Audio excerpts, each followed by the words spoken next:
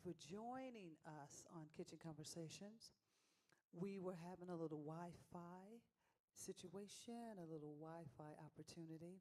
So we are joining in a little late, but I am grateful and thankful to be able to be with you in this way. Tonight, really beautiful night that we are going to explore. Last week we talked about diversity and illusion, and tonight we dive deeper into illusion. So let's set the space. Let's set this moment as we always do and open our hearts and our spirit with prayer. Open this divine time and space with the loving light that each of us, that we are, that this moment and time in our universe, we've come forward to bring a light, to bring a new awareness, and to bring a greater expression of love. So for all the chaos, for all of the confusion, for all of the mishaps, in my spirit, I know it's worth it so that we can get to this space of love. So let us just take a deep breath in and adjust this moment in time. And we're working with some different little things here live, so I may pop in, pop out, but know that we are here with you right now. I have a beautiful, sweet soul that's just stepped in to help as navigate this water of our Wi-Fi and our system. So as I take this breath, I recognize that the inclusion of spirit is constant, that it is within everything, everyone, and every situation.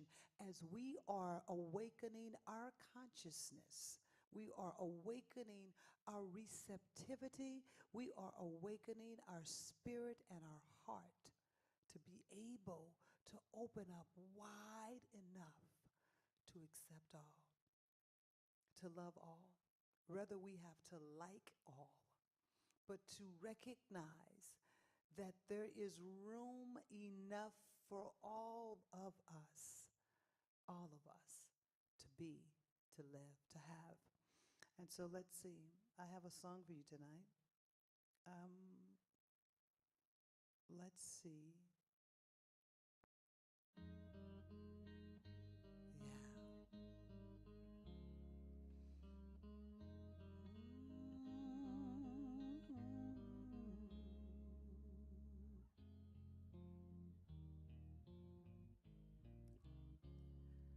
Well, it's a little low in the studio. Let's try, because I can hardly hear in the studio. So let's try this. 1 second. Like I said, we had a real shift in everything. So what I'm going to do, I'm going to turn that off right now, and I'm going to see if we can play one of our videos right now for you.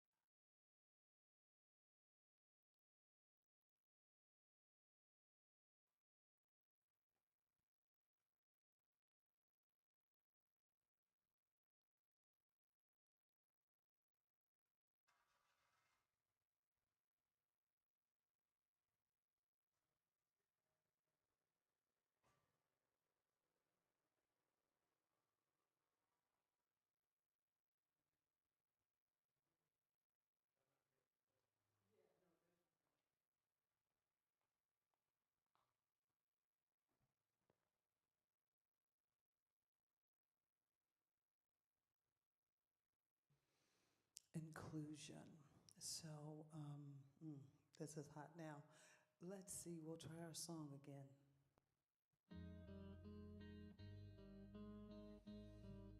Ooh,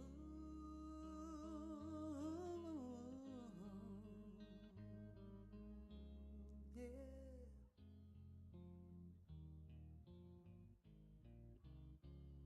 Ooh.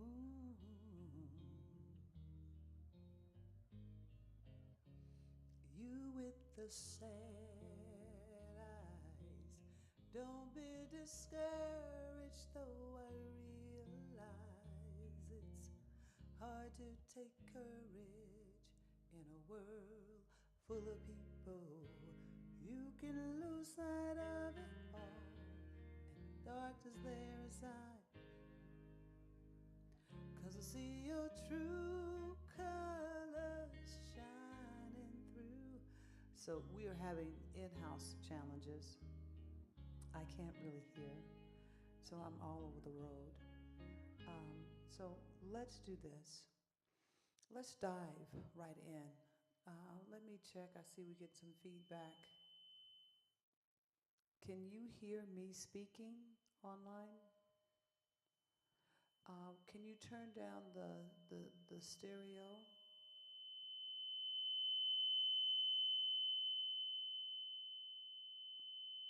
The stereo, yeah. We just had everything go haywire. It was really, trust me, it was really great, and everything went haywire. Can you hear me still? Okay, great.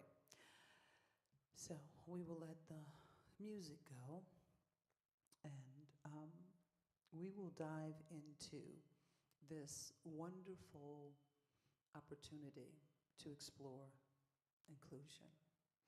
So, as we talked about last week, diversity without inclusion. I see we still have a little ring ring, but diversity without inclusion still has this, the two of them go together like ham and cheese, um, peanut butter and jelly. That's how they go together. And so, just briefly, since we are having so many sound issues, we'll revisit this again.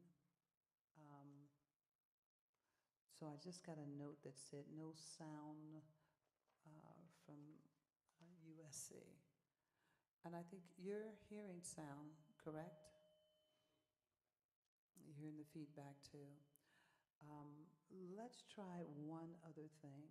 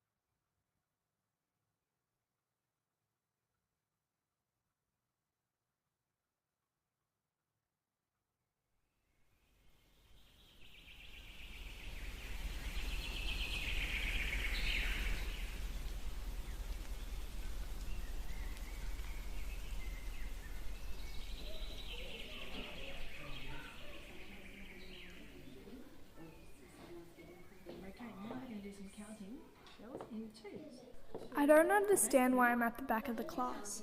I wish I was like everyone else. I want to do what they are doing. But here I am, doing the same old number activity, watching as my classmates learn something else. Don't they know that they're setting me up to fail? Don't they know they hold my future in their hands? I want to work with my class, learn what they are learning, and do the activities they do. But here I am, stuck at the back, limited by low expectations. Having a one-on-one teacher aide just teaches me to rely on them and means I get less attention from the teacher. I'm not included in the classroom. I am in the same room but segregated from my peers, sat to the side or back, working on different things and missing out. I want to be free to learn with my peers, reach my full potential and be seen to be like everyone else. I need something to change.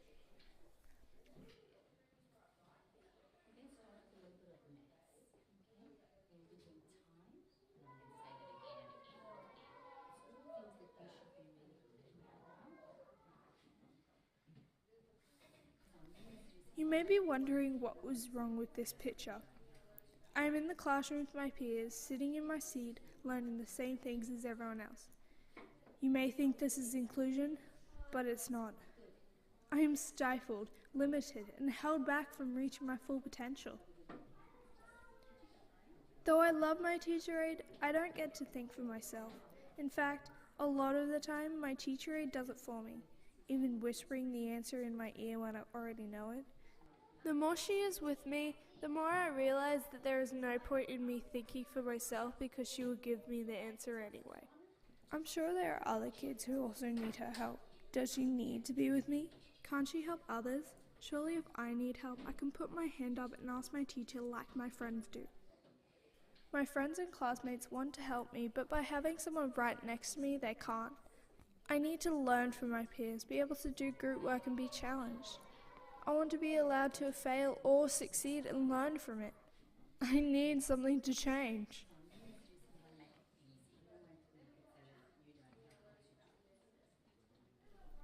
Can you find me in the crowd? Inclusion is more than just a word. It is a culture, a mindset, and an expectation that everyone can and will learn and succeed along their age-appropriate peers.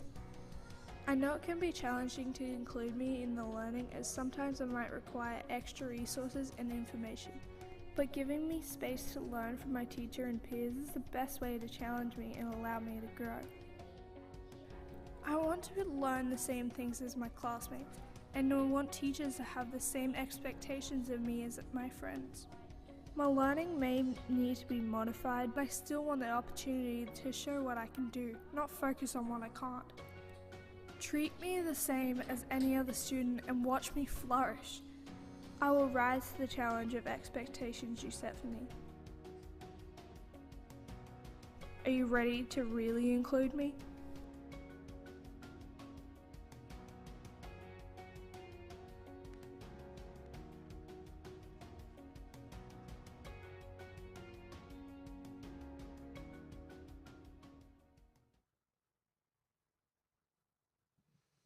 I love that video.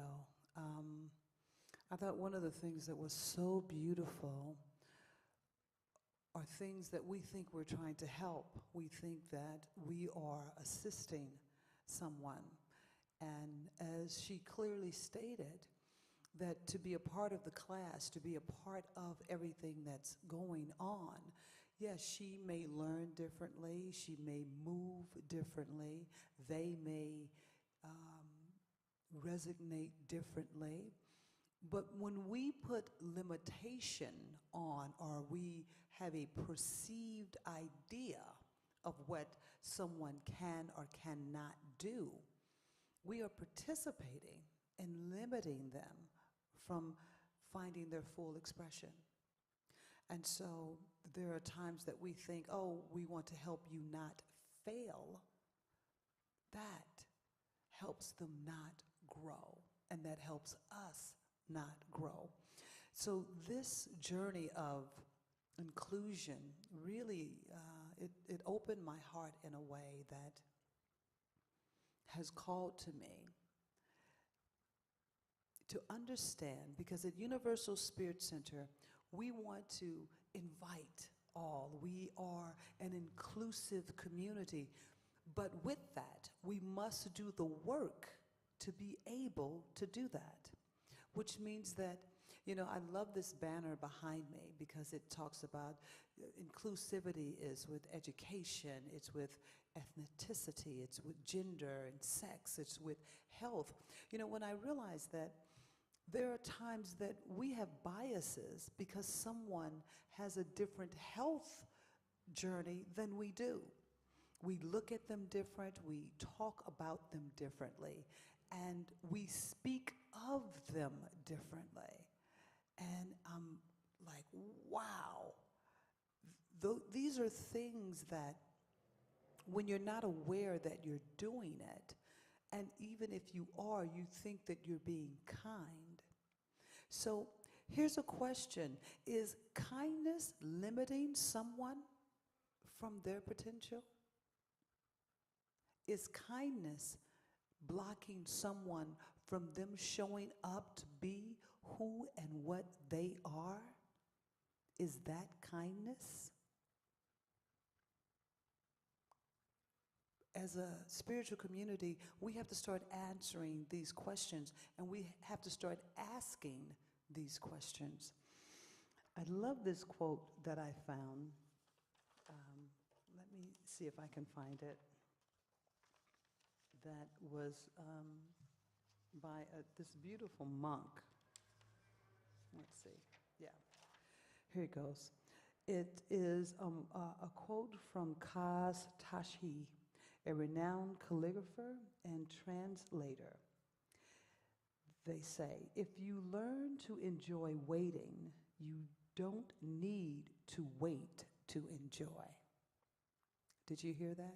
If you learn to enjoy waiting, you don't need to wait to enjoy. So that flips the box in a whole different perspective, which is what inclusion does. See, inviting different races and a spiritual preference and gender, transgender, inviting people in but not knowing how to relate still leaves you at point zero. And as a spiritual community, I feel that it is our duty to do the work, to practice. One of the things with inclusion is first we must open our heart. We must open our heart space to recognize that I don't have to understand your journey. I don't have to understand you. Where my understanding comes in is that I recognize that you are a divine divinity and an expression of, whether you call it God, source, light, infinite intelligence. You are here on point and you are of value. And so, whether or not if I can understand who you are, if I can acknowledge that you are, that we are divine connections, that we are spiritual beings here on this magnificent planet, expressing, and expanding into a greater presence of who and what we are. That is a beginning point that says, I will be at zero with you. I will not judge you. I will recognize my biases because we all have them. And I'm open and willing to learn the patience to open your heart to receive and to be a reflection of that. The great Zen teacher, Thich Nhat Hanh, says the word inclusiveness has a very different flavor. It has more depth and weight to it. The practice of inclusiveness means to not leave anything out, to see and feel from a wide, open perspective. That's huge. We are being called right now to see things from a wider, more open perspective.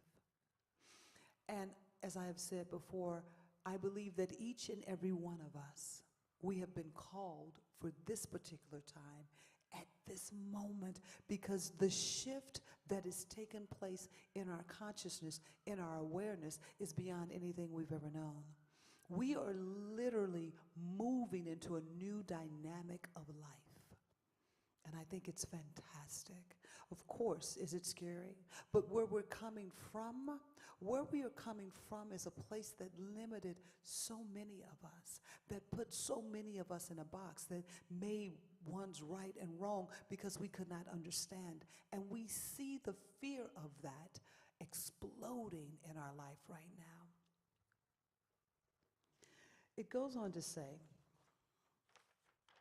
that with inclusion, perseverance. When I read that, I was like, oh.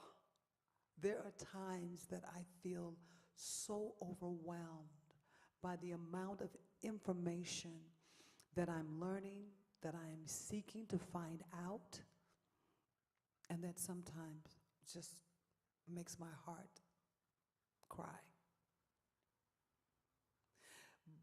But I know that deep inside, without me doing what I can, because I realized for many years, and once again I've said this before, that I was a cop-out saying, well, nothing has changed, nothing gonna change, it's just the way it's going to be.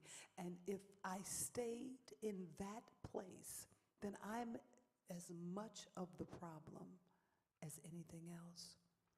Because without being willing to participate, to do what I can, doesn't mean I can change the whole world, but I do believe one person can make a difference. And so to each of you right now that are watching, each of you can make a difference. I want to share this story again because it just really fills my heart with joy, and it shows the work that we're doing. So one of our beloved congregants, Pat and Darius, this beautiful poet, this beautiful spirit, was on the bus. And she was sitting there as this woman that appeared to be unsheltered got on the bus. She had things and stuff, and she was getting situated, and Pat said she could see that the woman was anxious because she kept asking the driver questions. Well, where's this? Where's that? And she said she felt herself getting like, why don't she stop? And now, a few stops later, another woman got on the bus. And so the woman, I'll call her Betty, that appeared to be unsheltered, her things were kind of in the aisle. And the woman that had just got on, I'll call her June. June was frustrated. Move your stuff. Get that stuff out of the way. And so the woman tried to shift, but really couldn't. So as June went and sat down, she yelled at the woman, go back to your country. You should go back to where you came from. And Pat said she could see the woman. It was like a dagger. And here's the work that we do. So Pat looked at the woman that made that statement. And when she was sharing this story with me, my thought was, blah, blah, blah, blah, blah. You shouldn't say this, you shouldn't say that. And Pat said she thought that for a minute, but then she decided to go and sit next to the lady, to Betty. She went and sat next to her and began a conversation. And so the woman shared with her how many years she'd been in the United States, how much she loved the United States, that she was an American citizen, that her family was from Argentina and Spain, and the things that her family had done and where her life was at this moment, that she was experiencing being unsheltered. And she was an older woman. And so June, the woman that had said, you should go back to your country, watching Pat have this conversation with her, when June got ready to get off the bus, she apologized. She said, "I'm sorry. You know, you are a beautiful woman. I'm very sorry." And I share that story again because the work that we do with our Racial Equality Project, the work that each of us do, whether we're aware of it or not, Pat chose to shine a light of love. And that light of love touched this other woman in a way that she recognized. She recognized herself that she was out of integrity. So instead of having a confrontation with this woman, instead of saying, "You're wrong, you're this," and that energy would have come back to Pat in the same place that she had given it. What Pat chose to do was to be a vessel of love, to be a vessel of light. And because she did that, it shifted this woman. Now, did it change her forever? But I believe this. It is something that changed the way she is thinking and the way she will think. I love that short story. I asked Pat if I could share it, and I'm going from memory, so that's how I remember it. That's how it touched me. And it reminds me that we all have an opportunity daily to be that light and love. It's easy. It's so easy to jump in with "you were wrong, you were this, you were that." And in that space, that energy of anger, of frustration, of fear, it comes back. But also when you are in love, when you're in light, when you're in joy, that also comes back. Does it mean we can do it all the time? I don't know. But I do know we can do it some of the time. So perseverance, to stay with it, whether it be our family, our friends, to stay engaged, to stay with it. Acceptance of what is true. We got issues. There are things going on in the world that are not of love and are light, that do not support us to living a higher level of consciousness. It's what is. There are people that feel assaulted by learning our history. But when we learn our history, this is not saying that your history. This is America's history, and we've all participated in it. Changing the truth does not change our history. It only continues this lie, this veil of us not being able to have the uncomfortable conversations with one another. Not acting hastily. That's what Pat did. She didn't act hastily.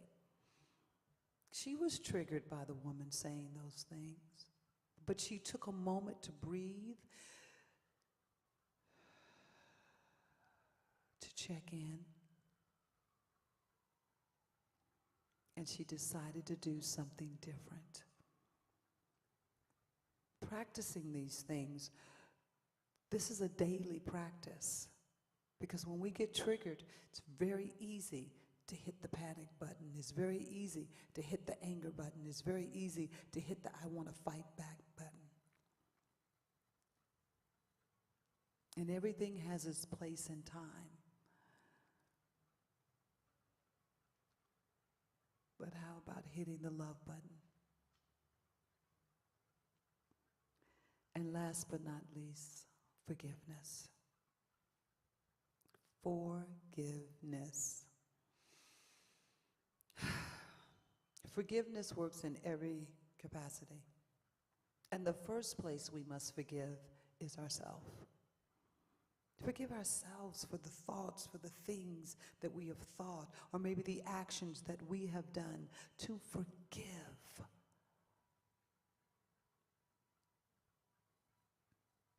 I hear we have a little ringing still going on. I'm going to forgive the sound system tonight. We will connect with this again because inclusion is so important. It's so valuable to us individually and to our community. And in forgiving, you take the time to love yourself, to love right where you are, to love what's possible for you, to love who and what you're wanting to express. And if your heart is filled with anger and fear, love yourself through that. Love that in there, I know, you know, there is a light. And find places, people, and programs that can help you open your heart. Where we are embarking on is not a journey for a solo. We are in such need of each other right now. Those that can hold us in the highest of consciousness when we are down in the valley. That can love us in a way that we can choose to shift to this higher awareness. That we can expose ourselves to new thoughts, to new awakenings. This is a dawn of the awakening. This is a new experience of life. So Universal Spirit Center, I thank you for all that you do for us, for all that you give, for your constant support, for your divine participation in growth. And so, you know, there are many ways that you can donate to us. There's our QR code. This is so light you can't see it. So there's our QR code. You can also text. You can go to our webpage, universalspiritcenter.org. The QR code is very simple. Just get your phone, put on the camera, zap it. You'll see a little Chrome pop up. Hit that and it'll take you to our PayPal page. So let's see as we close out the night. I'm going to see if we can...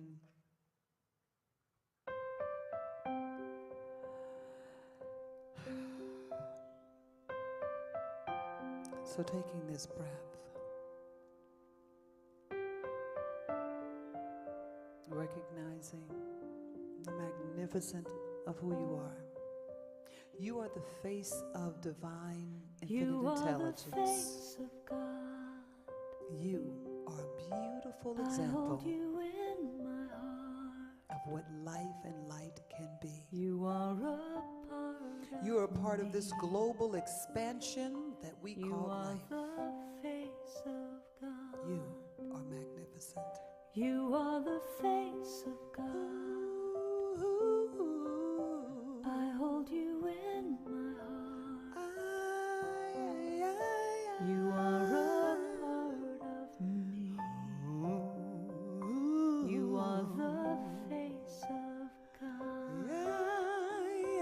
You are the face of God. Have a blessed, blessed, blessed, I blessed hold you in my heart. night. I love you all.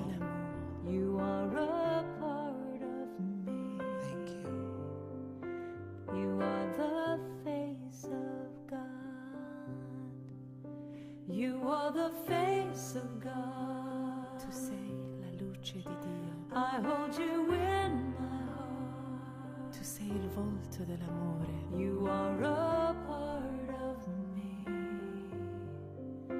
You are the face of God.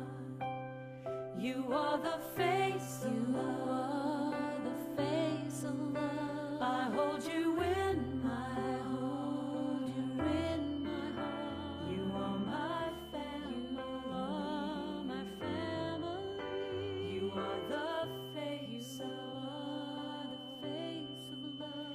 You are the face of love, the face of love. I hold you in my heart, you in my heart. You are my family, you are my family.